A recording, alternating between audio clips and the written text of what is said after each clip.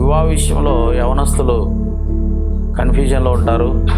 ఎలాంటి వారిని వివాహం చేసుకోవాలి, వివాహ విషయంలో నాకు సరిపోయిన వారు ఎవరు ఉంటారు అని రకరకాలుగా ఆలోచన చేస్తూ ఉంటారు.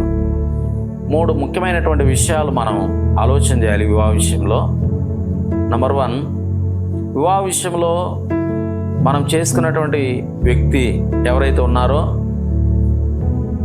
వారు రక్షించబడిన అనుభవం ఉందా లేదా, సృష్టికర్త అయిన దేవుణ్ణి వారు తెలుసుకొని ఉన్నారా లేదా అనేది మొదటి సంగతి.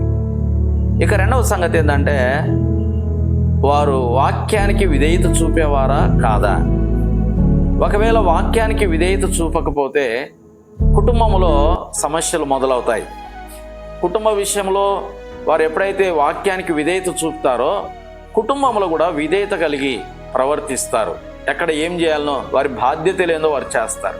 ఇక 3వ విషయం, వారు సంఘ సహవాసాన్ని కలిగి ఉండాలి.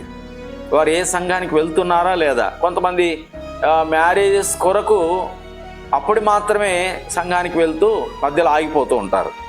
అంటే వివాహాలు కావాలని చర్చెస్కి వెళ్ళేవారు చాలామంది ఉంటారు, కానీ వివాహాల కొరకు కాదు, కానీ తమ జీవితాలు సంఘానికి అంటుకొట్టబడి సంఘ సహవాసం కలిగి ఉన్నట్లయితే ఆ కుటుంబాలు క్షేమంగా ఉంటాయి. కనుక 3 ముఖ్యమైనటువంటి విషయాలు: 1, రక్షించబడిన అనుభవం; 2వది, వాక్యానికి విధేయత చూపేటువంటి వారిని మనం ఎన్నుకోవాలి; ఇక 3వది, వారు సంఘ సహవాసాన్ని కలిగి ఉండారా లేదా అనేది తెలుసుకోవాలి. దీనికి సంబంధించినటువంటి విషయాలు డిస్క్రిప్షన్లో ఇస్తాం, చూసుకోవచ్చు.